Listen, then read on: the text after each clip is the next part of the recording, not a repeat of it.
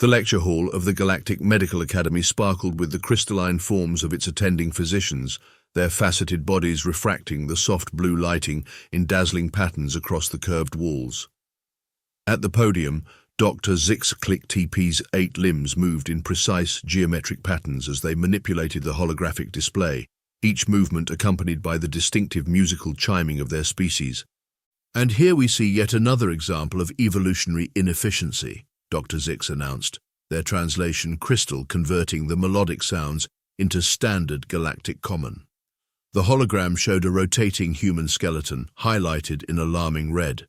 The calcium-based endoskeleton of our newest spacefaring neighbors, the humans, represents perhaps the most puzzling anatomical structure we've encountered since the methane-breathing float jellies of Epsilon Eridani. A ripple of crystalline laughter chimed through the audience, the xenobiology equivalent of polite academic chuckling.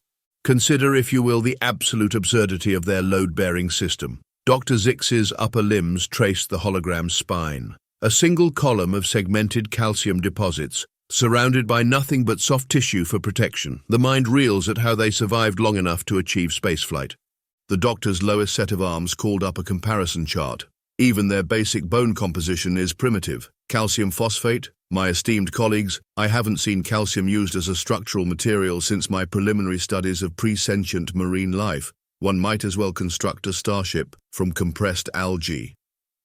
More crystalline laughter. Dr. Zix was on a roll, their faceted surface gleaming with academic satisfaction. They were just about to launch into their favorite part, a detailed breakdown of how the human pelvis was clearly designed by a drunk engineer, when their communication crystal lit up with an urgent red pulse. The message scrolled across their visual center. Emergency at human embassy. Artificial gravity malfunction. Injuries reported. Nearest qualified xenobiologist needed immediately. Dr. Zix's crystalline form briefly clouded with annoyance. My sincere apologies, colleagues, but it seems our calcium-based friends have had another accident. They began quickly gathering their medical kit, their movements creating an irritated tinkling sound. Presumably, they've all shattered their prehistoric support structures, again. As they hurried from the lecture hall, Dr. Zix muttered to themselves in their native chiming language, a string of sounds that roughly translated to, "Honestly, who builds a sapient species out of chalk and wishful thinking? It's like trying to construct a quantum computer out of beach sand." Their medical kit chimed against their crystalline hip as they rushed toward their transport, already dreading the primitive patch job they'd have to perform on whatever human had managed to crack their calcium twigs this time. The last thing the lecture hall heard before the doors whispered shut was the distinctive sound of a crystalline doctor having a professional snit. And of course it had to happen during my lecture on skeletal inefficiency. The cosmic timing department really outdid themselves today. Dr. Zix's crystalline form refracted emergency lighting in chaotic patterns as they rushed into the embassy's maintenance sector. The artificial gravity was still stabilizing, creating an unsettling wave effect that made their crystal structure vibrate uncomfortably. They followed the sound of laughter.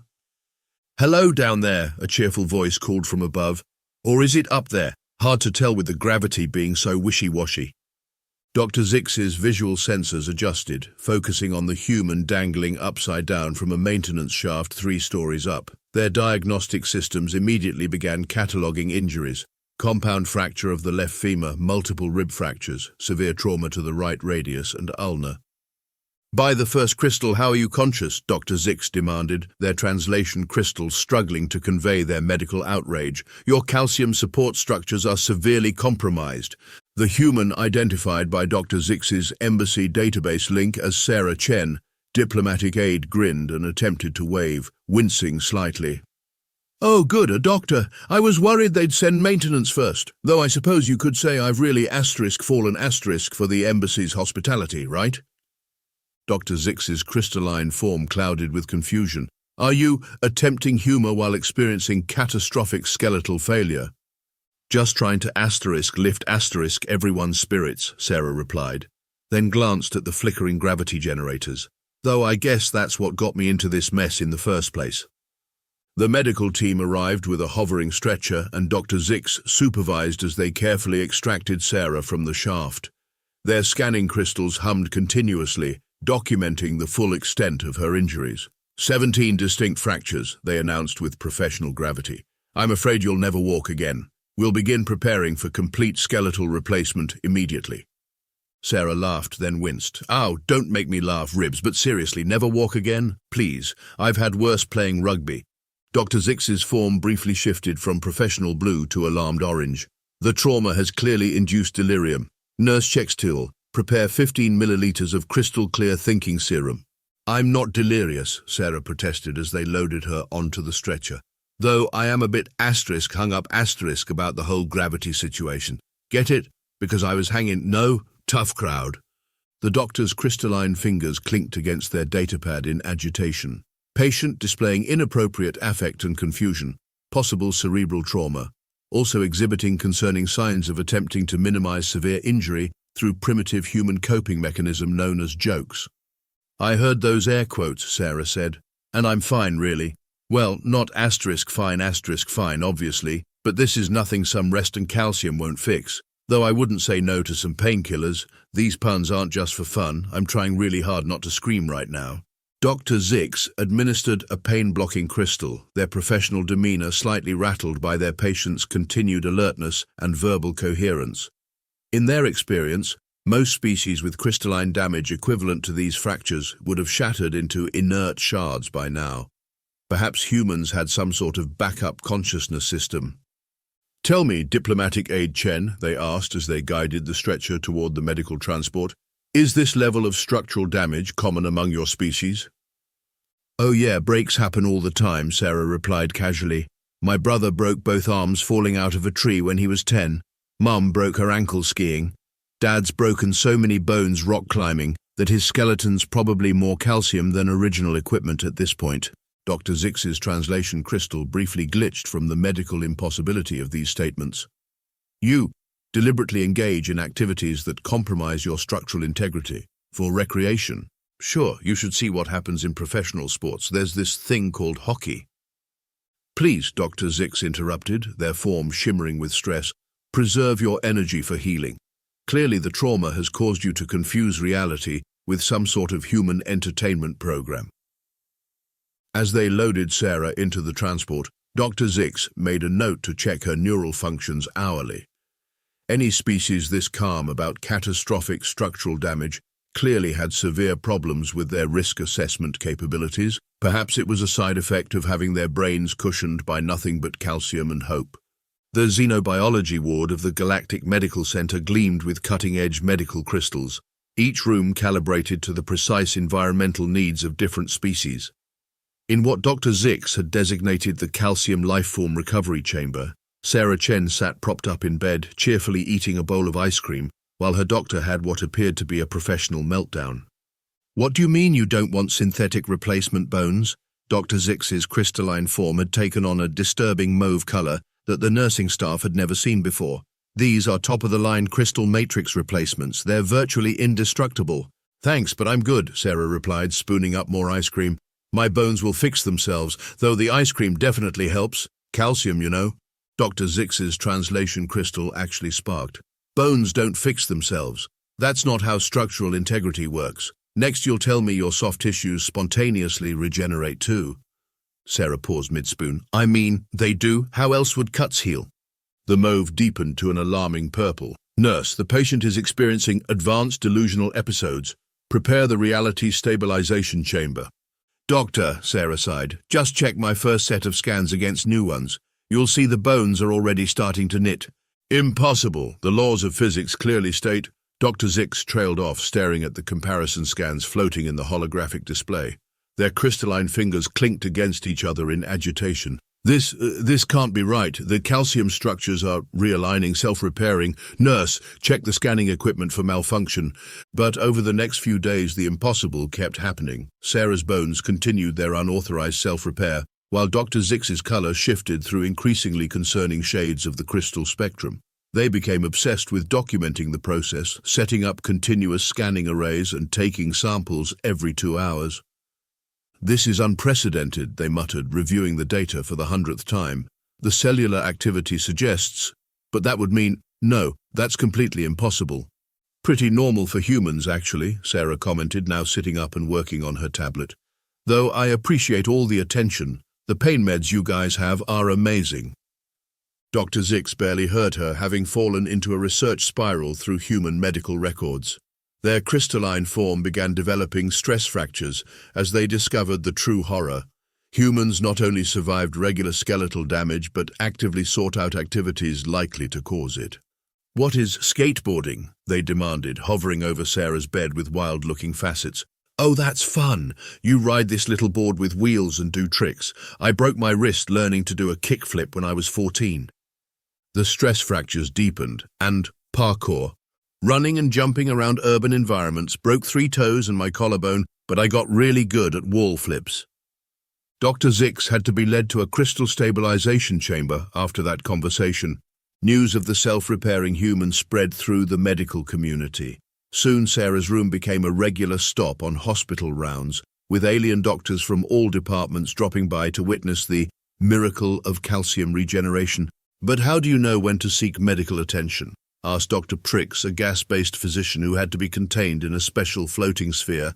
"Oh, you know," Sarah shrugged. "You walk it off, and if it still hurts after a few days, maybe get it checked out." The entire medical team had to take a moment to process this. "Walk it off?" Dr. Zix's voice hit a pitch that made the crystal fixtures resonate. "You experience structural damage, and your solution is to continue applying pressure to the damaged area? Well, yeah, unless it's really bad, then you might need crutches for a bit." Dr. LMX, a liquid-state surgeon, actually bubbled with distress. But, diagnostic protocols, assessment procedures. Usually you can tell if it's broken by trying to move it," Sarah offered helpfully. "If it moves in a way it definitely shouldn't, probably time for an X-ray." 3 junior residents had to be escorted out. The breaking point came during a discussion of human sports medicine. Sarah was explaining the concept of getting back on the horse after an injury, not realizing that none of the alien species present had any context for Earth idioms. "You deliberately remount the large organic transportation unit that damaged you?" Dr. Zix asked, their crystal matrix showing dangerous strain patterns. "What? No, it's just a saying. It means going back to whatever you were doing before you got hurt. Like how I'm definitely going back to anti-grav yoga once these ribs heal." The entire medical team froze. Dr. Zix's translation crystal began smoking slightly. You intend to return to the activity that caused catastrophic structural damage?" "Well, yeah," Sarah grinned. "Can't let a little thing like gravity failure keep you down, though I guess it technically did keep me up." Dr. Zix had to be carried out on a hovering stretcher, their crystalline form chiming in distress. The last thing they were heard to say before being placed in emergency stasis was, "They do it for fun. They break themselves for fun." Sarah watched them go, then turned to the remaining medical team. "Maybe I shouldn't mention the X Games right now, or football. American football, I mean. Actually, probably best not to mention any football, or hockey, definitely not hockey." The ward instituted a new rule after that. No human patient was allowed to explain Earth sports or recreational activities to unprepared medical professionals. The resulting crystal fractures were putting too much strain on the repair department's resources. 3 weeks after the gravity incident, Sarah was cleared to return to light duties at the embassy. Dr. Zix, however, was not clearing anything. The crystalline physician had become convinced that humans were hiding some form of advanced regenerative technology, and they were determined to expose the truth. "Perhaps," they muttered, lurking behind a decorative plant in the embassy corridor, "it's nanobots, or quantum healing matrices." Their scanning crystal hummed as Sarah walked past, completely aware of her stalker but pretending not to notice. "Maybe they've weaponized calcium somehow."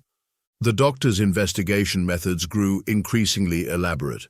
They installed medical sensors in the embassy cafeteria, disguised as salt shakers. They convinced the maintenance staff to let them add atmospheric monitoring crystals to the ventilation system. They even tried to bribe Sarah's coffee maker to report any unusual mineral content in her morning brew. "Don't you think this is getting a bit excessive?" Nurse Chisel asked, helping Dr. Zix set up their 7th scanning array of the day. "The human seems to be healing within their species' normal parameters." "Normal parameters?" Dr. Zix's form shimmered with scientific indignation. "Their bones are regenerating without any crystal matrix support. Their calcium deposits are restructuring themselves. Nothing about this is normal." "I can hear you, you know," Sarah called from her desk. "The plant you're hiding behind is plastic, and you're refracting light all over my computer screen." Dr. Zix emerged, their professional dignity somewhat compromised by the fake leaves stuck to their crystalline surface.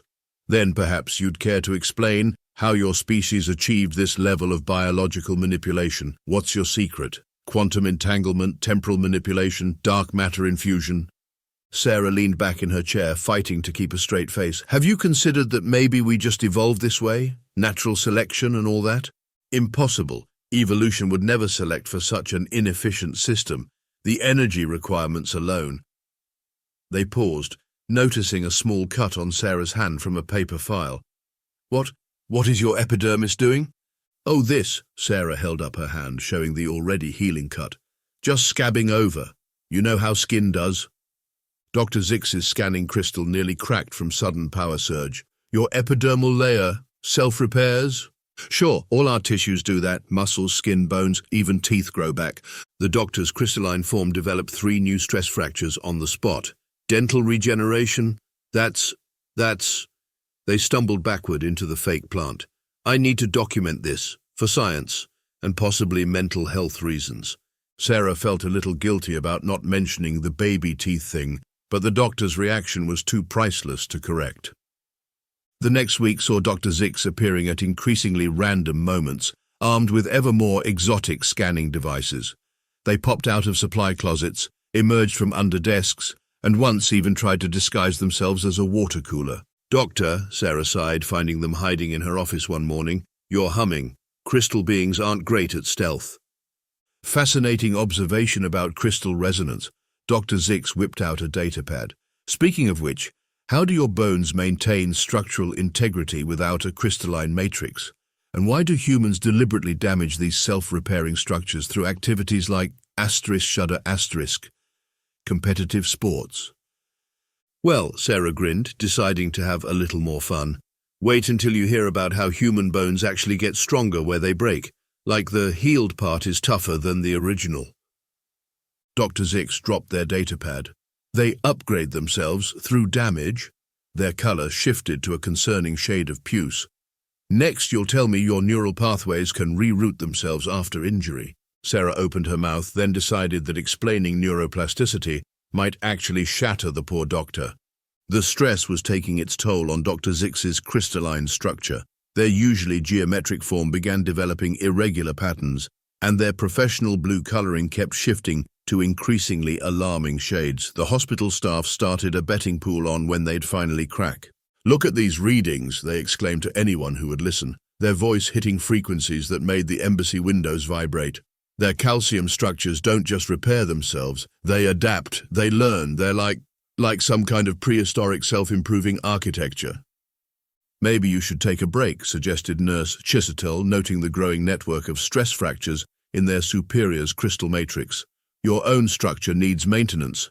Break. Humans break things constantly, for fun, and they get stronger. It defies all known laws of material science. They turned to Sarah, who was passing by with her lunch. "How are you not constantly terrified of catastrophic structural failure?"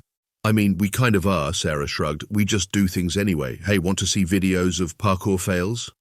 Dr. Zix's translation crystal actually shut down in self-defense. The final straw came when Sarah casually mentioned human tissue regeneration rates, while Dr. Zix was calibrating a molecular scanner. "You know what's really cool? If you remove up to 75% of a human liver, it'll grow back." The scanner clattered to the floor as Dr. Zix's form briefly lost molecular cohesion. When they reformed, their usually precise geometric patterns had taken on a distinctly abstract, expressionist quality. "That's it. I'm getting to the bottom of this. Your species cannot possibly have evolved such an inefficient, yet inexplicably effective healing system without some kind of technological intervention. I'm going to prove it if it shatters every crystal in my body." Sarah watched them storm off, trailing geometric fragments and muttering about calcium-based conspiracies. Maybe she should have waited a bit longer before mentioning the liver thing. The Galactic Embassy's annual interspecies medical conference was in full swing, with delegates from across known space mingling in the Grand Hall. Floating gas-form physicians drifted between clusters of crystalline doctors, while liquid-state surgeons bubbled enthusiastically in their containment spheres. Sarah Chen was enjoying a moment of peace, having finally gotten medical clearance to attend public functions. That peace lasted exactly 3 minutes and 27 seconds. "I demand the truth!" Dr. Zix's voice rang out across the hall, their crystalline form now a concerning kaleidoscope of colors. They had cornered Sarah by the refreshment table, wielding a medical scanner like an accusation. "No more evasions, no more impossible biological processes. How are you doing it?" The hall fell silent, well, as silent as it could get with several gaseous beings present. They tended to whistle when surprised. Sarah set down her drink. "Doing what exactly?" "This," Dr. Zix projected a hologram of Sarah's healed bones. "And this." Another hologram showed cellular regeneration. "And especially this." A third hologram displayed the bone density readings at her healed fracture sites. "The human healing process?" Sarah asked innocently. "I told you, it's natural." "Natural? Natural." Dr. Zix's voice hit a frequency that made all the crystal champagne flutes resonate. "You expect me to believe that evolution randomly produced a species whose structural damage makes them stronger, whose support systems regenerate without external intervention, whose juvenile forms have flexibility ratios that defy materials science? Oh, you mean like how kids' bones can bend without breaking?" Sarah grinned. "Yeah, that's pretty cool. It's because they're not fully calcified yet. Really helps during the learning to walk phase." The surrounding medical professionals began backing away slowly as Dr. Zix's color shifted through 7 new shades of distress. "And then there's the whole thing about how broken bones heal stronger at the break point," Sarah continued cheerfully. "The body basically builds extra reinforcement there. Pretty efficient when you think about it." "Efficient?" Dr. Zix's translation crystal sparked. "Efficient? You call randomly distributed calcium deposits that somehow know how to improve themselves efficient?" "Well, yeah, I mean, it's all just cells doing their thing, breaking down old bone, building new bone, adapting to stress patterns." Sarah shrugged. "Basic biological processes." That was the last straw. Dr. Zix's crystalline form vibrated at an alarming frequency, then shattered into perfectly geometric pieces that tinkled musically as they hit the floor. The assembled medical professionals rushed forward in concern, but Sarah held up a hand. "It's fine. This is normal for their species. They'll reform in a minute." Sure enough, the crystal fragments began reassembling themselves, but as Dr. Zix reformed, Nurse Chek-Sittle noticed something unprecedented. "Doctor," they chimed urgently, "your stress fractures." Dr. Zix's form finally stabilized, and they looked down at their own structure. Where there had been a network of stress fractures from weeks of scientific distress, something impossible was happening. Instead of the clean breaks requiring replacement that were normal for their species, the crystal matrix was adapting. "This is..."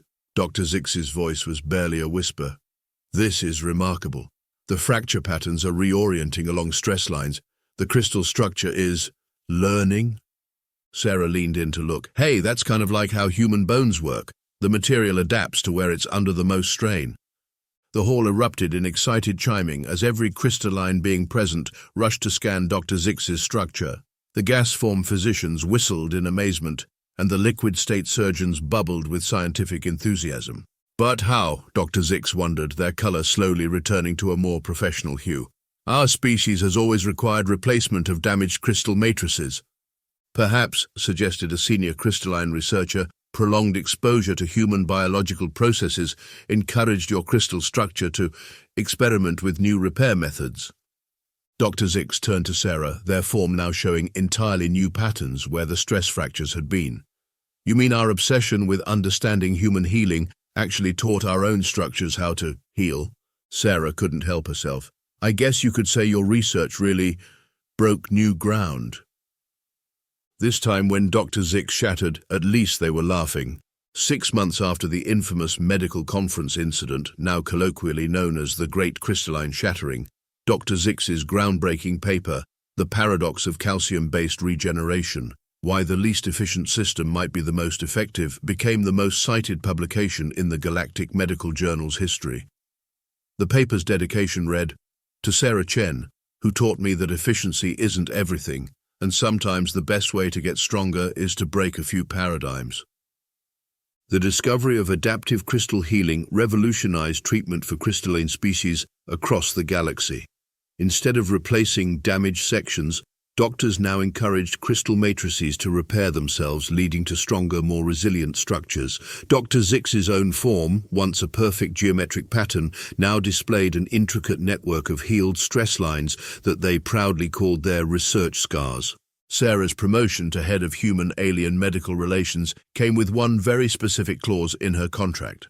Under no circumstances shall the appointee explain normal human biological functions to unprepared alien medical professionals without proper psychological support present. She kept a framed copy of this clause on her office wall, right next to Dr. Zix's paper.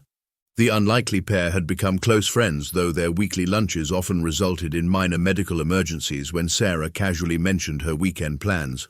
"Just a bit of free solo climbing," she'd say, causing Dr. Zix's newly adaptive crystal matrix to develop sympathetic stress patterns. "Please," they'd beg, "at least pretend you use safety equipment for my structural integrity's sake."